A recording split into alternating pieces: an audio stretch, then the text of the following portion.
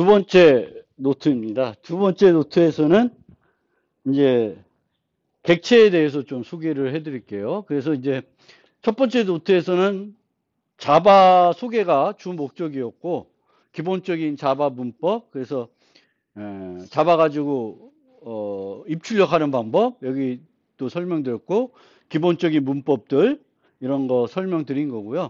간단하게 객체 지향과 관련된 부분 소개한 부분도 있지만, 이제 본격적으로 이제 객체 지향을 좀 설명드리려고 그래요. 그 중에서도 객체 지향에서 가장 기본이 되는 건 객체입니다. 객체.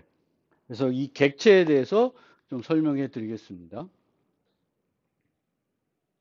근데 이 객체에 대해서 설명하기 앞서서 요 책에 있는 어떤 내용인데 요걸 한번 간단하게 이제 객체 지향이 구조 프로그래밍하고 또 어떤 차이가 있는지 좀 전에 그 조건문이 사라진다는 것과 좀 유사한 예제일 수도 있는데 설명해 드리겠습니다. 그래서 어떤 소프트웨어 회사가 있는데 그 팀장이 있었어요. 그리고 팀장 아래에 두 명의 개발자가 있습니다. 철수와 미미. 두 가지 개발자가 있었는데 이 개발자들의 실력을 조금 알아보기 위해서 팀장이 과제를 줍니다. 근데 과제를 주는데 그냥 해봐라 그러면 잘 안 할 것 같아서 상품을 걸었어요. 그래서 멋진 의자를 고급 의자를 주겠다. 그래서 이제 제목이 의자 전쟁이 된 거예요. 그래서 팀장이 내준 숙제는 GUI에서 도형들이 나타나는데 이 도형들을 클릭하면 도형들이 회전하고 웨이브 파일을 정해놓은 웨이브 파일을 재생해야 된다라는 겁니다. 그런데 철수는 객체 지향을 몰라. 객체 지향을 몰라서 이제 구조 프로그래밍을 이용해서 코딩을 했고, 미미는 객체 지향을 잘 알아서 객체 지향을 이용해서 프로그래밍 했습니다. 그럼 핵심적인 기능이 회전하는 거하고 소리를 내는 거니까 그 철수가 만든 코드에서 가장 핵심되는 거는 rotate라는 함수랑 play sound라는 함수예요. 이 play sound는 웨이브 파일을 재생하는 코드로 되어 있을 거고 rotate는 조건문으로 되어 있어요. 조건문으로. 그래서 이 주어진 도형이 사각형인지 원인지 삼각형인지에 따라서 그 회전하는 알고리즘을 구현해 놓고 있습니다. 그래서 rotate. 물론 그 회전하는 그 부분들은 또다시 모듈화 했을 수가 있죠. rotate, square, rotate, 뭐 이렇게 해가지고 만들 수 있는데 어쨌든 이 rotate 함수 안에는 스위치문으로 조건문으로 되어 있는 거예요. 미미는 각 도형마다 클래스를 만들고 각 도형을 회전하는 또는 웨이브 파일을 틀어주는 코드를 만들었습니다. 이렇게만 놓고 보면 코드가 중복되어 있다고 생각할 수 있는데 만약에 얘네들이 공통된 코드이면은 중복하지 않고 구현할 수 있는 방법이 있죠. 그렇죠? 상속이라는 걸 이용해서 상위에 뭐 shape라는 클래스를 만들어 놓으면 중복하지 않고 만들 수가 있습니다. 어쨌든 둘 다 코딩을 했어요. 그리고 제가 그 1장에서 소개해 드린 것처럼 미미는 조건문을 하나도 안 쓰고 구현을 하였습니다. 그런데 그렇게 해서 결과물을 팀장한테 보여드렸더니 팀장이 내가 빼먹은 게 있다. 한 가지만 추가적으로 해라 라고 합니다. 이런 지시들은 일상적으로 원래 그래요. 그러니까 우리가 프로그램을 만들다 보면 처음에 스펙이 주어지는데 그 스펙이 개발이 완료될 때까지 변하지 않는 경우가 없어요. 그래서 만들던 어떤 소프트웨어에 추가적인 기능들을 넣어야 되는 경우가 상당히 많이 있습니다. 그렇기 때문에 우리가 코드를 어떻게 만들면 좋냐면은 확장을 고려해서 유연하게 만들 수 있어야 돼요. 여기서 유연하게라는 건 기존 코드를 수정하지 않고 새로운 기능들을 추가할 수 있으면 좋다는 거예요. 그러면 어떤 거를 추가를 하냐면 아까는 정형적인 도형이었는데 이번에는 막 특이하게 생긴 도형이 주어질 거래요. 그럼 이 도형을 클릭하면 이 도형을 회전을 해야 되겠고, 또 요번에는 웨이브 파일이 아니라 mp3 파일을 재생해야 된대요. 그러면 얘는 그 로테이트 함수도 수정이 돼야 되죠. 왜? 스위치문에 하나 더 들어가야 되잖아. 스위치문에 들어가야 되겠고, 플레이 사운드는 기존에는 뭐만 돼 있었냐면 웨이브 파일만 재생하는 기능이 들어있는데, 이제는 또 쉐이프에 따라서 스위치문을 가지고 웨이브 파일 재생하는 거, 또 mp3 재생하는 게 또 들어가야 돼요. 그러니까 기존의 코드들을 뭔가 기능을 추가하면서 계속 손대야 되는 거예요. 근데 얘는 어떻게 돼? 얘는 기존에 만들었던 3개의 클래스는 하나도 손을 안 대요. 뭐만 새롭게 만들어요? 새로운 도형, 아메바라고 하는 도형 클래스만 하나 새롭게 만들고 완성을 합니다. 그러니까 이거를 우리가 객체지향에서는 OCP라는 원리가 있어요. OCP. Open Close Principle. 그래서 이건 뭐냐면은 코드를 수정하지 않고 확장하는 거예요. 기능을 확장하는데 기존 코드를 수정해야 되면은 코드 설계가 잘 된 거예요? 못 된 거예요? 잘 못 된 거예요. 왜냐하면 처음부터 설계를 할 때 미래의 확장에 대해서 충분히 고려해서 설계를 해야 됩니다. 근데 구조화 프로그래밍에서는 그게 잘 하기가 어려운 거예요. 그렇게 해서 둘 다 또 완성을 해서 냈습니다. 그런데 이제 만들어 왔는데 잘못 만들었다는 거예요, 팀장이. 왜냐하면은 기존 도형은 어디를 클릭하든지 그냥 회전하면 되지만 이 아메바라는 특이하게 생긴 도형은 클릭한 위치를 중심으로 회전을 해야 된대요. 그럼 클릭한 위치 정보가 필요한 거죠. 그러면 이제 얘는 함수의 인자들이 바뀌어 버리게 돼요. 더 들어가야 되잖아. 얘는 여전히 얘만 x와 y 포인트를 더 듣고 기존의 3개의 클래스는 수정을 하지 않고 계속 만들게 됩니다. 그래서 결과적으로 팀장이 미미가 코딩을 잘한다 해서 미미한테 의자를 주게 됩니다.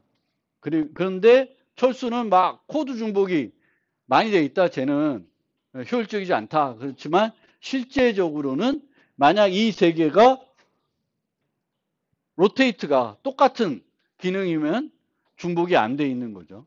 쉐이프라는 클래스를 만들고 이 4개가 공유할 수 있는 코드들은 위에 들어가 있을 거고, 이렇게 되어 있는 상태에서 아메바만 추가를 하면은 문제없이 동작할 수 있다라는 겁니다. 그래서 여기서 드리고 싶은 얘기는 객체지향은 이제 코드를 잘 만들어 놓으면 무조건 되는 건 아니고, 코드를 잘 만들어 놓으면은 기존 코드를 수정하지 않고 충분히 확장할 수 있다라는 거예요. 그리고 그 첫 번째 그 1장에서 소개한 것처럼 그 조건문 없이 구현을 할 수 있다라는 겁니다. 그래서 이 객체지향의 특징이 이렇습니다. 잘만 만들어 놓으면은 OCP라는 게 된다. 그런 거고요. 그래서 객체지향에서의 핵심은 객체입니다. 객체. 이 객체를 가지고 뭔가 해서 우리가 이 소프트웨어에서 제공해둔 기능을 제공하는 그런 형태가 되는 거죠. 그래서 객체는 3가지 요소를 가지고 있다고 하는데, 객체의 3대 요소는 상태, 행위, 식별자입니다. 상태, 행위, 식별자. 그래서 객체는 상태를 가지고 있고 그 상태에 따라서 행위가 달라지는 그런 겁니다. 그러면 우리가 이제 객체지향으로 어떤 응용을 만들기 위해서는 이 응용에 어떤 객체가 필요한지 잘 찾아야 되겠죠. 그게 객체지향 프로그래밍을 잘하는 것과 못하는 것의 차이가 될 수 있습니다. 똑같은 응용을 만들려고 하더라도 A는 이런 객체를 갖고 프로그램하고 또 다른 사람은 또 다른 객체 갖고 하겠죠. 그럼 나중에 살펴보면은 더 효과적으로 설계하고 만든 사람이 있겠죠. 거기에 아마 핵심이 어떤 객체들을 가지고 만드느냐가 차이로 두겠습니다. 그러면 우리가 프로그램을 만들 때 어떤 것을 객체로 만드는지 한번 살펴봅시다. 첫째, 아까도 말씀드렸듯이 실세계 사물, 유무형의 사물을 컴퓨터에 프로그램 만들면서 똑같이 모델링해야 돼. 그러면 객체로 모델링하기 매우 직관적입니다. 왜냐하면 일반적인 실세계 사물들은 어떤 특성을 갖고 그 상태를 갖고 있고 또 어떤 행위를 할 수가 있습니다. 그래서 그런 것들을 객체로 모델링하기 아주 좋습니다. 또 하나는 응용에서 필요한 복합 타입의 데이터 중심이거든요. 객체 지향에서는 어떤 프로그램 만드는데 이러이런 데이터가 필요해요. 복합 타입의 데이터가. 그러면 이런 복합 타입의 데이터를 객체로 모델링하면 효과적입니다. 뭐 학사관리 시스템을 만든다. 그러면 학생 정보가 필요하게 되겠고 교과목 정보가 필요하게 되겠고 담당 교수 정보가 필요하게 되겠고 뭐 이런 거죠. 그럼 그런 것들을 클래스로 모델링하면 아주 효과적으로 모델링할 수 있습니다. 그래서 일반적으로 우리가 이 프로그램 만들 때 필요로 하는 데이터는 거의 다 객체로 모델링 할 수가 있고 객체로 모델링하면 효과적으로 프로그램을 할 수가 있습니다. 그러면 데이터만 객체로 모델링하냐? 그렇지 않고 그 프로그램에서 필요한 기능도 객체로 모델링할 수가 있습니다. 그래서 기능이라고 그냥 함수만 만들어 쓰는 게 아니라 그 기능을 좀 더 효과적으로 구현하기 위해서 객체로 모델링할 수가 있는데 일반적으로 우리가 어떤 기능이 필요할 때 얘를 객체로 모델링할지 그냥 단순하게 일반 함수로 모델링할지 그걸 어떻게 결정하냐? 제일 먼저 살펴봐야 될 게 어떤 기능을 만들어야 되면 이 기능이 어떤 데이터를 받아야 되겠죠. 인자를 받아서 뭔가 처리를 해주는 게 기능이겠죠. 그러면 함수의 인자 측면에서 봤을 때 이 인자들만 가지고 기능을 다 만들 수가 있어요. 인자만 가지고 기능을 다 만들 수 있으면 충분히 일반 함수로 만들 수가 있습니다. 예를 들면 사인 함수다. 그러면 사인은 이제 각도를 받겠죠. 그럼 각도만 받아서 사인 값 계산해 주면 되지. 그럼 이걸 객체 지향으로 만들 이유가 있나요? 전혀 없어요.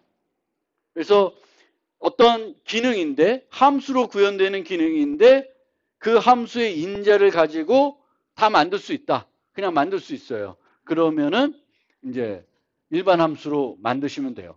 근데 기능이 인자만 가지고 안 되고 뭔가를 과거에 내가 이 함수를 몇 번 호출했는지 아니면 과거에 이 함수가 어디까지 처리했는지 등을 뭔가 기억을 하고 있어야 돼. 그러면 그 기능은 객체로 모델링하면 좋아요. 왜? 객체가 뭘 기억하면 돼? 그 기억해야 되는 거를 그 상태로 유지하고 있으면 돼요. 그래서 우리가 이제 그 스캐너 같은 거를 객체로 모델링한 이유는 뭘 기억하고 있는 스캐너가? 버퍼의 위치를 기억하고 있는 거예요. 지난번 처리하고 난 그 버퍼의 위치. 그래서 다음에 next int를 하면은 키보드로부터 가지고 올지 버퍼로 가지고 올지를 그 판단하면 되거든요. 버퍼의 위치에 따라서. 그래서 기능이 과거에 대한 기억, 뭔가를 기억하고 있어야 되면은 객체로 모델링하면 좋습니다. 그런데 함수 일반적인 기능인데 인자 가지고 다 만들 수 있는 기능이에요. 예를 들어 볼게요. 예를 들면 문자열에서 특정 문자의 위치 찾기. 그러니까 애플 A 주면은 요거는 인자 가지고 다 만들 수 있죠.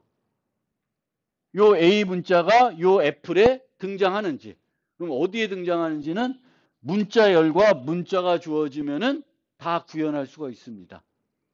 그런데 이런 함수도 객체 지향에서는 요 인자를 좀 살펴볼 필요가 있어요. 근데 이 인자를 봤더니 여기에 복합 타입이 있어요. 복합 타입이. 그러면 복합 타입은 그거의 메소드로 추가해 줄 수가 있거든요. 그래서 인자로 가지고 다 되는 거라고 하더라도 객체지향에서는 그 인자를 중심으로 그 기능을 만들 수 있는지 살펴볼 필요가 있고, 인자를 중심으로 만들 수 있는 기능이면은 일반 함수로 만들지 않고 뭘로 만들 수 있어요? 요 중심이 되는 인자의 메소드로 만들 수 있습니다. 그러면 이렇게 되는 거죠. apple.index of a. 그럼 요 a가 요 객체에 있는지 살펴보는 거죠. 그래서 인자 가지고 다 되는 기능이더라도 이제 인자를 중심으로 살펴보면 돼요. 그러면 복합 타입이 아니다.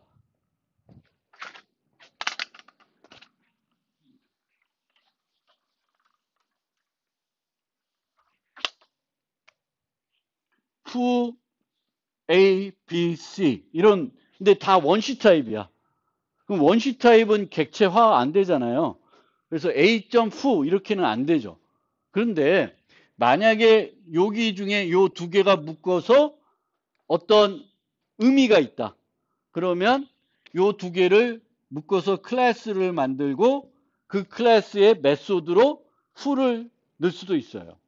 예를 들면 move x, y를 뭐 델타 정도로 옮긴다. x 좌표와 y 좌표를 다 델타만큼씩 옮기는 거예요.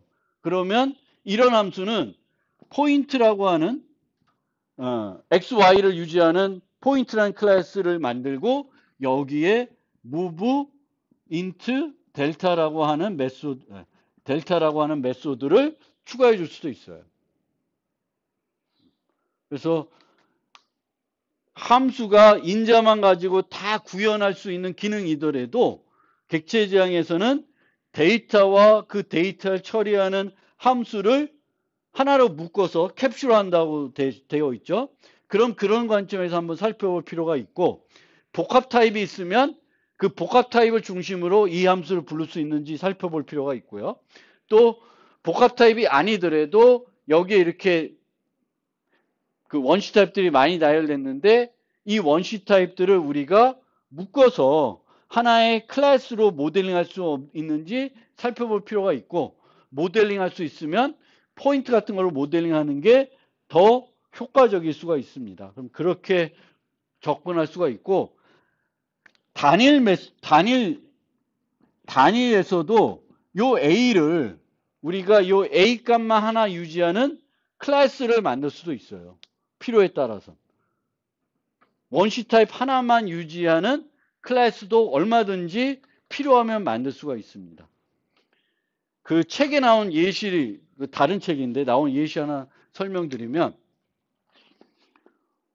거리 정보인데 5라는 정수로 나타냈어요. 그럼 이 5가 5m인지 5km인지 모르잖아요. 그러면 이런 것들도 이렇게 distance라는 클래스를 유지하고 이 안에다가 얘가 현재 이 5라는 정수값이 단위가 뭔지 추가적으로 유지해서 클래스로 모델링 해가지고 가독성도 높일 수 있고 뭐 관련한 메소드들도 추가해가지고 만들 수 있고 그렇습니다. 그래서 실제 우리가 객체지향에서 프로그래밍을 많이 하다 보면은 객체로 모델링 하지 못하는 게 거의 없어요. 안 해봐서 그런 거지. 많이들 공부하고 프로그램 하다 보면은 여러 형태가 있다. 어쨌든 데이터도 객체로 모델링 할 수 있고 기능도 필요하면 객체로 모델링 할 수가 있습니다. 그래서 이제 내가 어떤 응용을 만들 때 그 응용에 필요한 데이터와 이 기능들을 어떤 클래스의 메소드로 가져갈지, 그냥 일반 함수로 만들 수 있다 하더라도 이 함수의 인자들을 잘 살펴서 이제 메소드로 화할지도 고민해 보실 필요가 있습니다. 시간 관계상 잠깐 쉬었다가 이어서 하겠습니다. 자, 그러면 프로그램에서 필요한 이제 객체가 어떤 객체들이 필요한지 판단을 했어요. 그러면 그 객체들이 이제 프로그램에서 만들어서 사용할 수 있게끔 클래스를 정의해야 되는 거죠. 클래스를.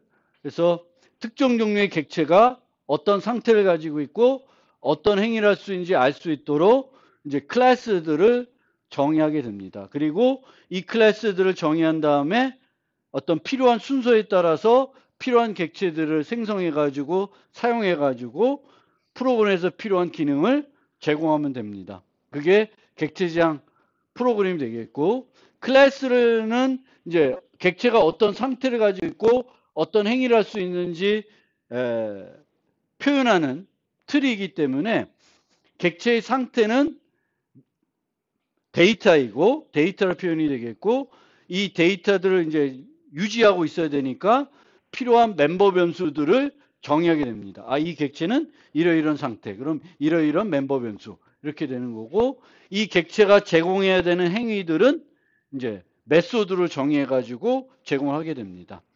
지난번 한번 설명했나? 이 수업하고 저 수업하고 헷갈려 가지고. 근데 객체의 상태도 멤버 변수로 만들지 않고 메소드로 만들어서 제공할 수도 있습니다. 그러니까 상태라고 해서 무조건 필요한 상태라고 해서 무조건 멤버 변수를 정의하지 않을 수도 있습니다. 예를 든 게 아마 사각형에서의 면적. 그래서 면적이라는 변수를 멤버 변수를 추가적으로 만들지 않고 높이와 폭 정보를 이용해서 필요할 때 면적 정보가 필요하면 계산해서 주는 거죠. 그렇지만 그거는 그런 면적은 그 사각형의 행이라기보다는 상태 정보가 되는 거죠.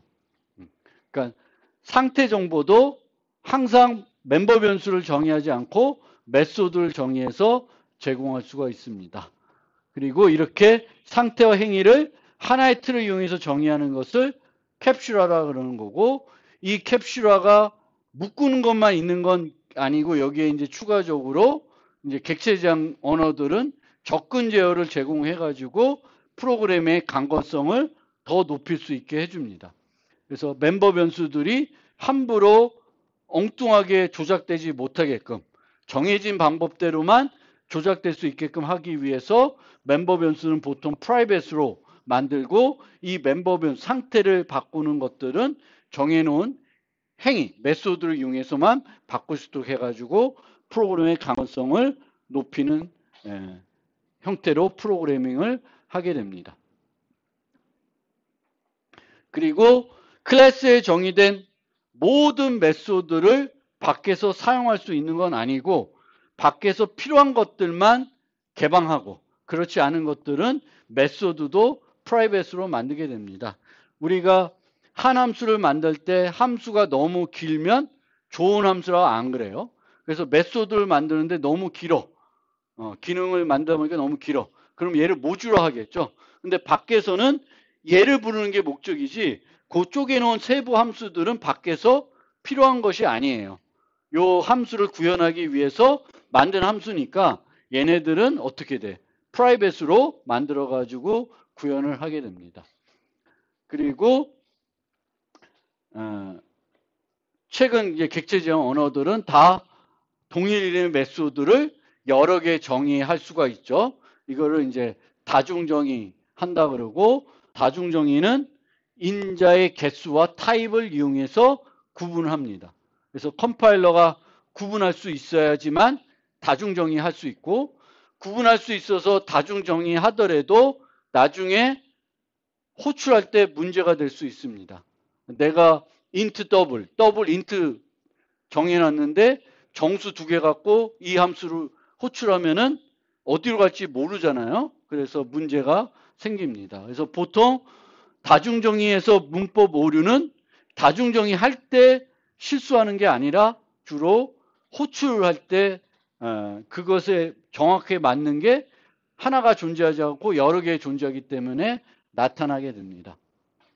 그리고 보통은 객체를 우리가 클래스를 만들면은 그 클래스의 객체를 여러 개 생성해서 사용을 합니다.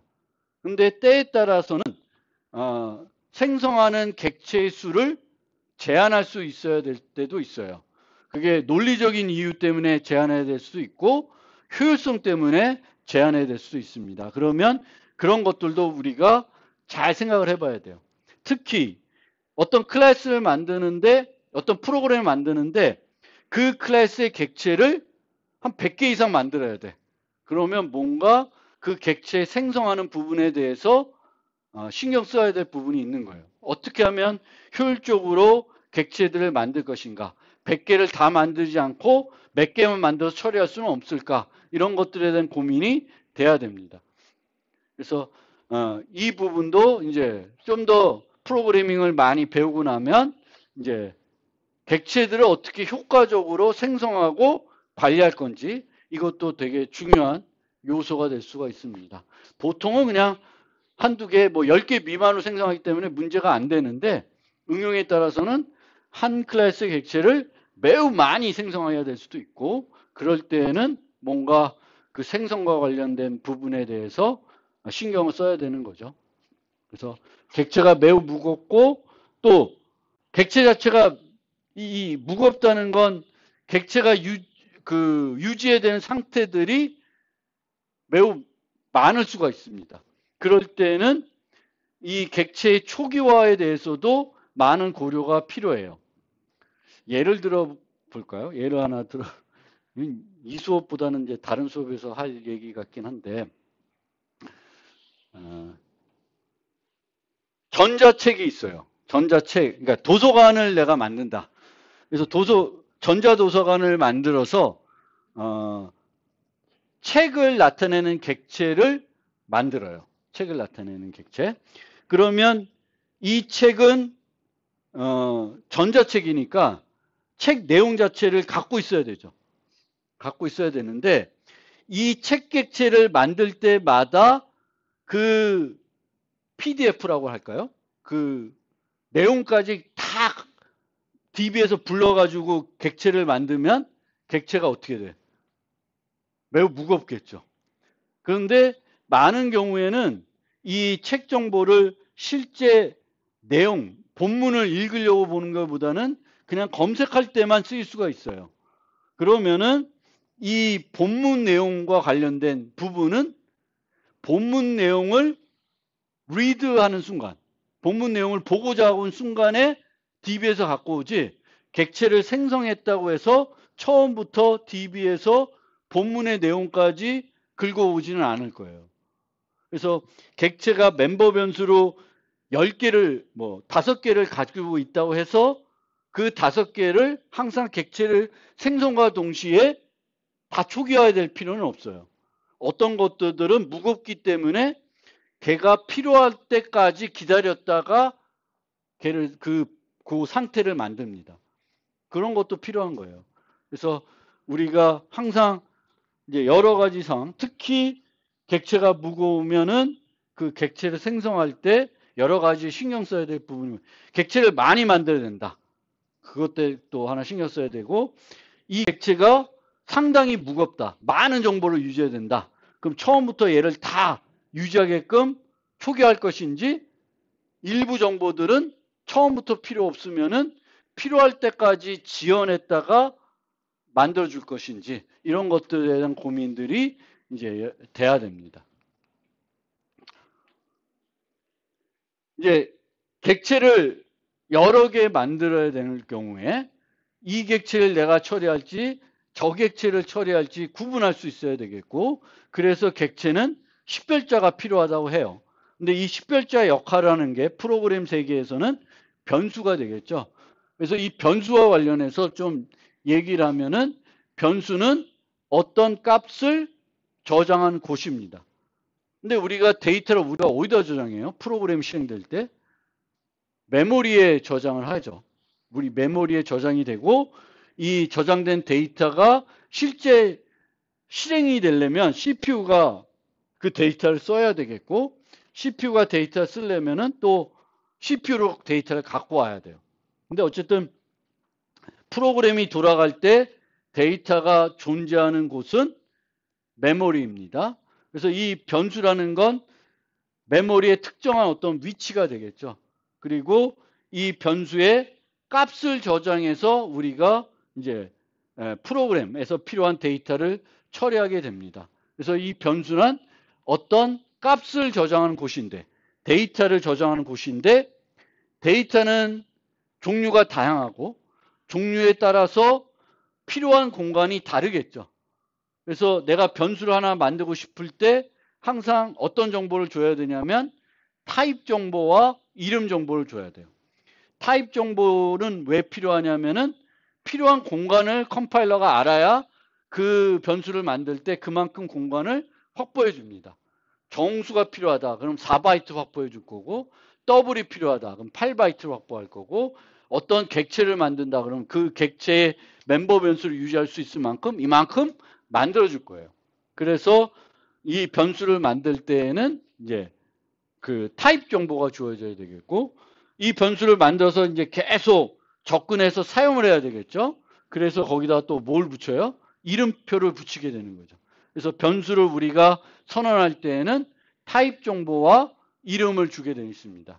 그러면 저는 그거를 추상적으로 비유하면은 컵으로 비유하죠. 컵을 확보해주고 컵에다가 이름표를 붙이는 거예요. 그럼 여기다가 이제 데이터를 넣게 되는 겁니다. 그런데 이 데이터에 따라서 컵의 크기는 다 다르겠죠. 그리고 저 컵에다가 데이터 자체를 저장할 수도 있지만 이제 자바에서는 데이터를 저장하지 않고 주소를 저장할 수도 있어요. 주소를 저장해서 간접적으로 데이터에 접근하는 방법이 있습니다. 그래서 변수는 크게 값 타입, 참조 타입 두 가지로 구분이 되는데 값 타입은 저런 컵으로 비유하면 저 컵에 데이터 자체가 들어가 있는 거고 참조 타입은 저 컵에 데이터 자체가 들어가 있지 않고 주소가 들어가 있는 거예요. 자바는 강건성을 중요시했기 때문에 이 타입 변수의 사용에 대해서 C++나 C보다는 매우 엄격합니다.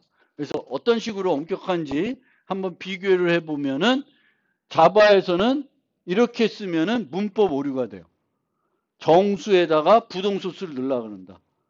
조그만 컵에다가 코끼리를 넣으려고 그러면 안 들어가겠죠. 그래서 이제 자바에서는 그 자체를 오류를 주는데 C나 C++에서는 이렇게 해도 오류가 나지 않죠. 잘라서 들어갈 수 있는 만큼만 집어넣는 거죠.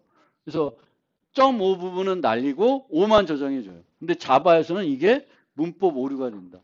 그래서 정확하게 써야지 않으면 되고 만약 내가 5.5를 0.5를 잘라서 여기다 넣고 싶으면 어떻게 하면 될까? 타입이 안 맞아. 그럼 뭘 해줘야 돼? 타입을 변환시켜줘야 되죠. 그래서 자바에서는 얘를 넣고 싶으면은 이런 식으로 앞에다가 int 써가지고 타입 변환을 강제 타입 변환을 해주면은 에러가 안 나겠죠. 그래서 이렇게 안 쓰면은 자바는 어떻게 생각하는 거예요? 얘가 실수했나? 알고 하는 것과 의심을 하는 거죠.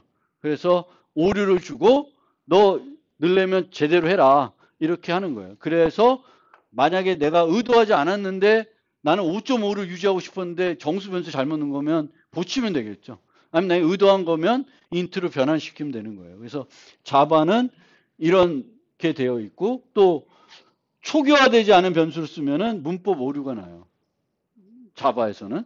근데 C나 C++에서는 뭐 이거는 컴파일러 세팅하기 따라서 좀 다를 수도 있어요. 그래서 컴파일러를 내가 어떻게 썼냐에 따라서 다를 수 있는데 보통은 문법 오류가 아니라 이 경우에는 경고를 줍니다. 그래서 자바는 좀 더 엄격하다. 이거 기억해 두시고 이제 변수를 만들 때 변수 이름을 줘야 되는데 이런 프로그래머가 프로그램 할 때 내가 이름을 지어줘야 되는 것들이 있어요. 그 이름, 내가 지은 이름들을 뭐라고 하냐면 식별자라 그래요. 그래서 컴파일러가 이해하고 있는 식별자들은 뭐라 그래? 컴파일러가 이해하는 식별자들. 키워드라 그러죠. 그리고 그 외의 것들은 이제 사용자나 라이브러리에서 정의한 식별자들이에요. 그런데 이 식별자들은 아무렇게나 지을 수 있는 게 아니라 문법이 있죠. 명명하는 규칙이 있습니다. 근데 여기 보면 그 C나 C++와 큰 차이는 없어요. 영문자, 숫자, 밑줄 문자. 최근에 달러가 돌았는데 저 달러 왜 돌았는지 모르겠고요. 쓰지 마세요, 달러는. 그래서 밑줄 문자, 숫자, 영문자를 이용해서 쓸 수가 있어요. 그래서 이런 식으로 이제 사용하면 되는데, 이제 숫자는 맨 앞에 나올 수는 없어요. 그래서 숫자를 이용해서 식별할 수 있는데 이렇게 써요. 근데 여러분들이 이제 프로그래밍을 공부할 때 이 문법을 외우려고 하는 사람이 있는데 외우지 마세요. 문법은 외우는 게 아니라 문법은 이해해야 됩니다. 이해. 왜 저런 문법을 쓸지에 대해서 고민을 해볼 필요가 있고, 고민해서 이해를 하고 나면은 굳이 외우지 않아도 당연히 받아들이게 됩니다. 그래서 이런 건 당연히 안 되겠죠.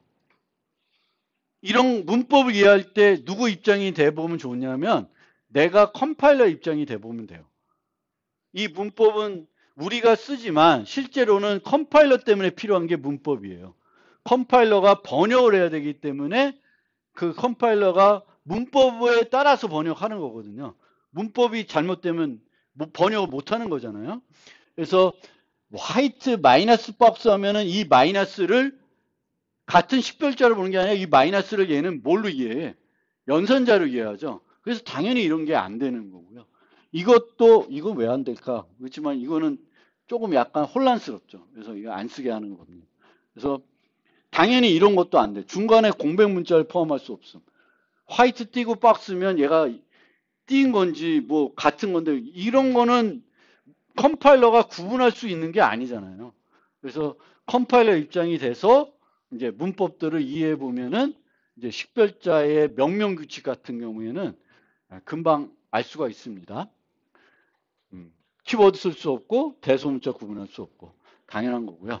근데 식별자 이름을 지을 때 이 명령 규칙보다 더 중요한 게 있습니다. 그게 가독성입니다. 가독성 있는 이름으로 지어야 되겠고, 또 하나는 여기서처럼 특히 자바에서는 이 식별자를 보면 이 식별자가 어떤 종류의 식별자인지를 구분할 수 있어야 돼요. 얘가 변수인지 함수인지 클래스인지 상수인지 구분할 수 있어야 됩니다. 그래서 관례적으로 어떻게 구분하냐면 대문자로 시작하고 그 다음에 소문자를 쓰면은 얘는 뭐가 돼? 자바에서는 대문자로 시작하면 클래스 이름입니다. 소문자로 시작하면은 얘는 변수이거나 함수예요. 그러면 변수와 함수 구분이 안 된다? 되죠. 왜? 함수 이름 다음에 반드시 뭐가 나와요? 괄호가 나와요. 그래서 그렇게 구분하는 거고, 상수들은 완전히 다 대문자로 보통 써요. 그래서 우리가 형태만 보면은 얘가 상수인지 변수인지 함수인지 클래스 이름인지 구분을 할 수가 있고요. 그 다음에 이름을 지을 때 그냥 student, 뭐 dog 이렇게 간단하게 단어 하나 갖고 이름을 지을 수도 있는데 가독성 있는 이름을 짓다 보면은 단어가 하나가 아니라 여러 단어를 이용해야 되는 경우가 많이 있겠죠. 그럴 때 이제 쓰는 게 크게 두 가지 있는데 낙타 표기법이 있고 뱀 표기법이 있어요. 그래서 그건 여러분들이 어떤 게 더 마음에 드는지는 여러분 마음대로 쓰시면 돼요. 근데 이것도 쓰고 저것도 쓰고 막 이러지 마세요. 그래서 하나만 내가 마음에 드는 걸 쓰시면 되겠고, 낙타 표기법은 여러 단어를 쓸 때 이제 두 번째부터는 항상 대문자로 그 단어들을 구분하는 거예요. 이렇게 get name. 얘는 구분을 뭘로 하냐면 여러 단어 쓸 때 밑줄 문자로 구분하는 걸 우리가 뱀 표기법이라 그래요. 근데 저는 주로 어떻게 쓰냐면은 낙타 표기법을 쓰고, 상수 이름은 이 낙타 표기법을 쓸 수 없잖아요. 다 대문자 쓰니까. 상수 이름 쓸 때는 뱀 표기법을 쓰긴 해요. 근데 뭐 여러분 마음대로 쓰시면 되겠고, 그리고 멤버 변수와 다른 종류의 변수를 구분을 명확하기 위해서 이런 식으로 mname 뭐 이렇게 쓸 수도 있어요. 접두사 같은 걸 써서 뭔가 구분하는 형태로 프로그래밍 이름을 많이 쓰고요. 그 다음에 메소드 이름은 보통 동사 플러스 명사로 많이 이름을 지어요. 뭔가 하는 일을 하는 거잖아요. 그래서 그 일반 변수들은 명사를 이용해서 많이 그냥 이름을 짓고요. 함수들은 또 동사를 이용해서 많이 지어요. 그래서 그 이름만 읽어봐도 얘가 함수인지 변수인지도 쉽게 구분이 됩니다. 그런데 메소드 이름을 지을 때 관례적으로 보통 어떻게 짓냐면은 반환 타입이 있는 경우에는 반환 값을 설명하는 이름을 많이 씁니다. 이게 대표적인 게 get name. 이 이름을 반환해주는 함수이겠구나. 뭐 이렇게 되는 거고요. 반환 타입이 없는 경우에는 메소드가 하는 일을 설명해요. 뭐 compute shipping price. 그러면 얘가 뭐 배송료를 계산하는 함수구나. 이렇게 동사, 명사 뭐 이렇게 쓰고요. 변수들 우리가 명명할 때 복합 타입인 경우에는 또 뭘 종종 많이 쓰냐면은 복수를 많이 씁니다. students, 그러니까 배열 이름 같은 경우에는 이렇게 또는 뭐 array list나 이렇게 std 벡터 같은 이런 복합 타입들을 우리가 쓸 때는 복수를 많이 써줘요. 그래서 이 이름을 짓는 것도 우리가 잘 지어야 되겠고, 영어가 좀 안 되시는 분들은 이 이름 지을 때 좀 사전도 찾아보고 또 관련 응용도 좀 찾아봐서 그 도메인에서 사용하는 용어들이 있어요. 그 용어들을 잘 갖다가 쓰시면 좋아요. 예를 들면 게임을 만든다. 그러면 그 게임에서 사용되는 용어들이 있을 거 아니에요. 또 그 영어 버전에서 쓰는 용어들이 있을 거예요. 그럼 그걸 갖다가 써야지 막 애매한 거 쓰면은 다른 사람들이 읽을 때 이해가 잘 안 돼요. 그래서 그 도메인에서 쓰는 용어들을 또 내가 알아야 또 프로그램이 할 수가 있어요. 그게 또 프로그램 할 때 어려운 지점도 돼요. 내가 개발자지만 내가 증권가 가서 뭘 일을 해. 그러면 뭘 알아야 돼 또? 증권 관련된 걸 알아야 되잖아. 그렇게 내가 또 이제 일하는 어떤 개발하는 그 분야를 또 알고 거기서 쓰는 용어들을 또 알아야 됩니다. 그래서 개발자들이 그냥 개발할 때 그 도메인 영역이라 그러는 거죠. 그걸 알아야 됩니다. 이제 식별자를 우리가 쓸 때 키워드는 식별자로 못 쓰는 거죠. 내가 만드는 건. 그래서 자바의 키워드가 이렇게 있어요. 이게 이제 전부인데 한번 간단하게 살펴볼게요. 맨 첫 줄에 있는 애가 8개 원시 타입입니다. 그래서 불리언, true, false 값을 가진 변수가 불리언 타입이 되겠고, 캐릭터는 문자 타입이에요. 그 다음에 byte, short, int, long은 요 4개가 정수 타입이에요. 그 다음에 float와 double은 이제 부동소수 타입이에요. 그래서 첫 줄은 대충 뭔지 알겠죠?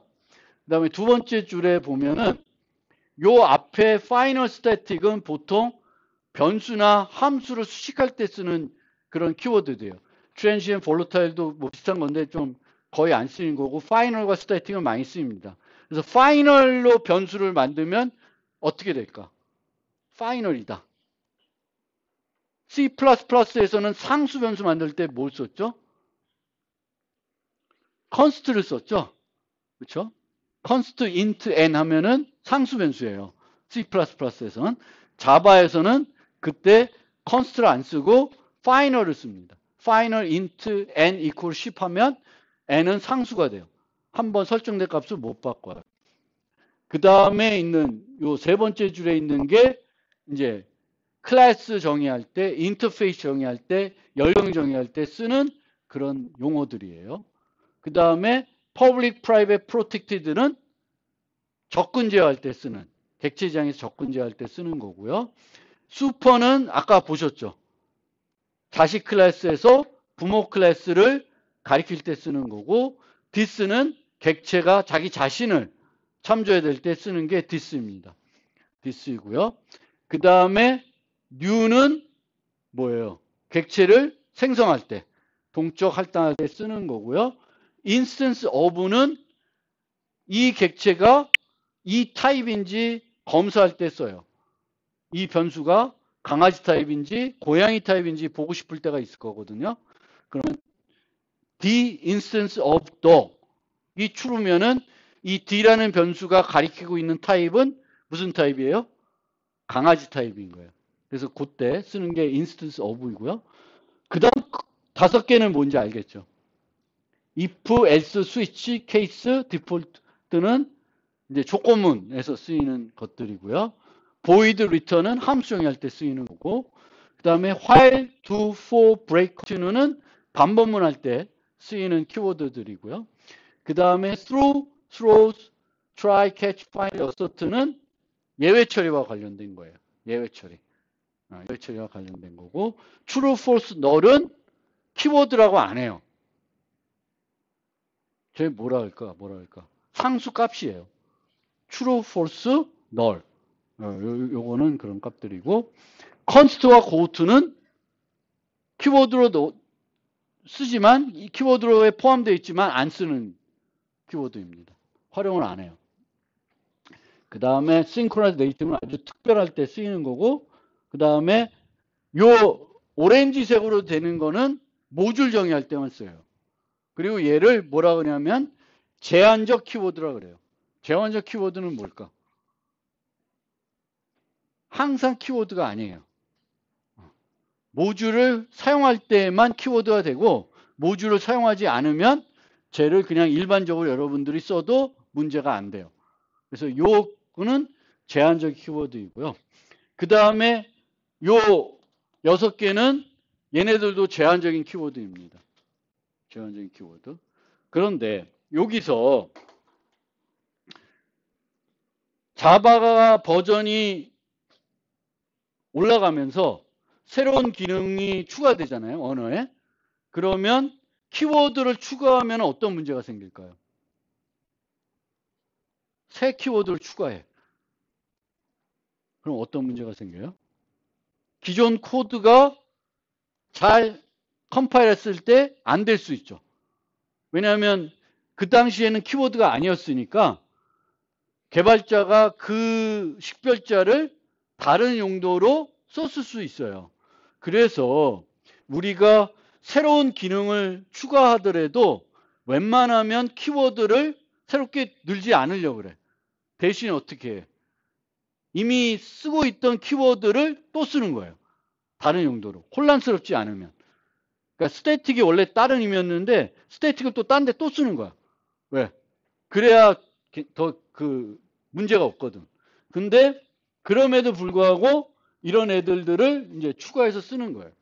근데 이렇게 추가했으면 얘네들이 항상 키워드로 인식되는 게 아니라 특정한 위치에서만 쓰이면 키워드로 인식이 돼요. 그러니까 다른 위치에서 써도 돼요. 그래서 심지어 이런 게 돼. 이코르 0. 이렇게 쓰지는 않겠죠. 이 바가 뭐냐면은 그 C++에서는 오토에 해당돼요. 오토. 그래서 타입을 내가 원래는 int 바 0 이렇게 쓰잖아요. 근데 int 대신에 바를 쓰면은 초기 값을 이용해서 요 변수의 타입을 해석하는 거예요.